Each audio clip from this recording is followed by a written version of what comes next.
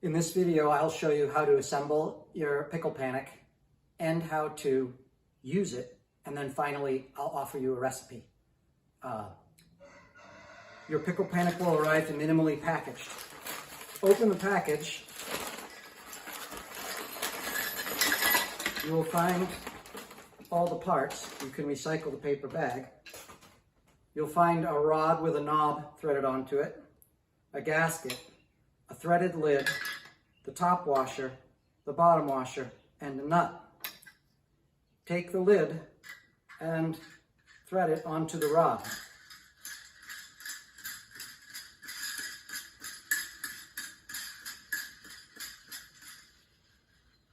Next, take the top washer and thread that onto the rod.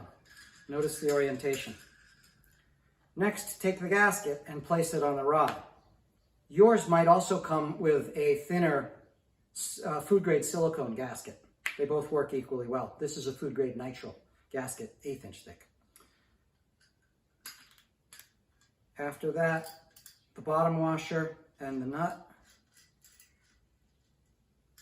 And then you can tighten that whole sandwich together. And you can use a wrench or a pair of pliers to just make it a unit. You should wash all of the parts in warm soapy water, either before or after you assemble them. Good.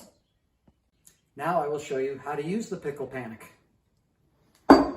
You will need a 2-quart mason jar. A 2-quart mason jar is not a 1-quart mason jar, but any 2-quart mason jar will do. After you put your vegetables to pickle in the jar, you will insert the Picklepanic in order to hold the vegetables below the level of the brine that they'll be fermenting in. Notice, if you just push, it won't work. You have to kind of align the gasket with the shape of the mason jar and then slide it in sideways, like that. And then you can adjust the height by just threading the lid up or down, and then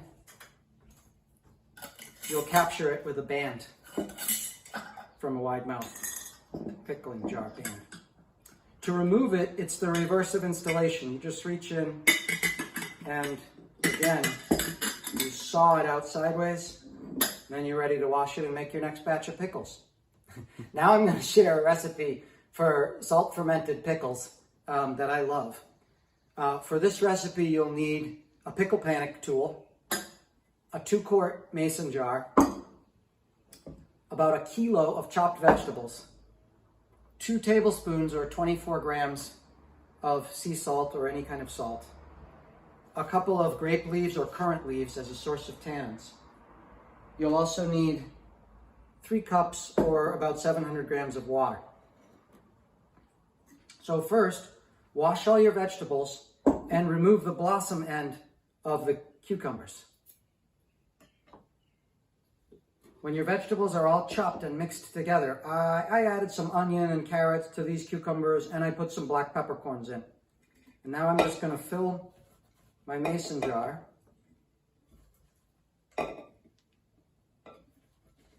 The great thing about mason jars is they're glass and they're very inexpensive. So they're kind of ideal for pickling, and you can use them for lots of other things.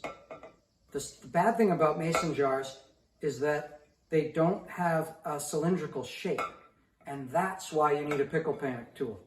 Because for good fermenting of pickles, the pickles or the vegetables need to be held beneath the surface of the water or the brine while they ferment. Now it's time to prepare the brine. Take my 3 cups of water.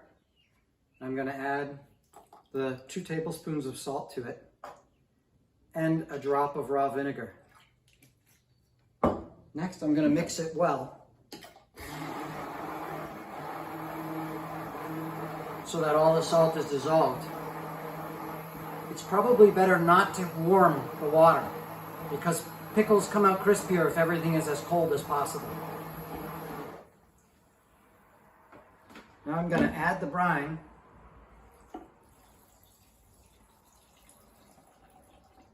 to the pickles up to about the neck of the jar. And now I'm going to install the Picklepanic. I line the gasket up with the squarish shape of the mason jar, and then I just saw that gasket right in, and you'll see that it holds